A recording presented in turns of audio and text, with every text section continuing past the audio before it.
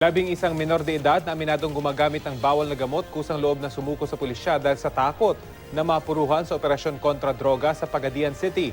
At tulak umano ng droga sa Hagonoy, Bulacan, patay matapos raw manlaban sa pulisya. Yan at iba pang mainit na balitang probinsya, hatid ni Jay Sabale.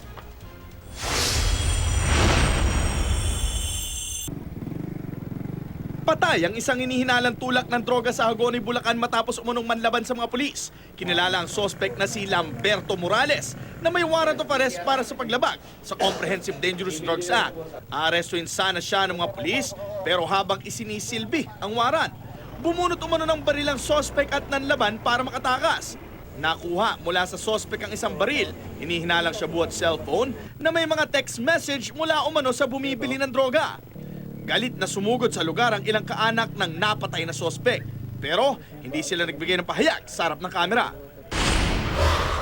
Sa Pagadian City, sa takot na may pagkalagyan, kusang sumuko sa pulisya ang 11 kabataang aminadong gumagamit ng iligal na droga. Unang lumapit ang mga kabataan sa isang radio news anchor para humingi ng tulong sa kanilang pagsuko.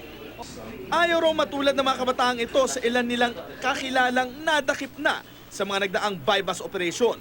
Aminado ang mga kabataan na malaki ang impluwensya ng kanilang barkada para malulong sila sa iligal na droga. Nais na raw nila ngayong magbagong buhay. Ikinatuwa ng pulisya ang voluntaryong pagsuko ng mga drug user.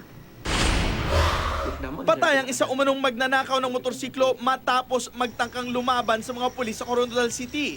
Nagpakalat ang pulisya ng intelligence team kasunod ng umano'y paglaganap ng nakawan ng motorsiklo sa lugar. Sa De Pedro Street, Barangay General Paulino Santos. Pinara ng mga pulis ang isang rider na kinilala lang sa pangalang alias Taweng na may kaduda-duda raw na kilos. Pero sa halip na huminto, bumunot daw ng baril ang sospek kaya inunahan na siya. Dead on the spot ang sospek na nagtamo ng isang tama ng bala sa dibdib.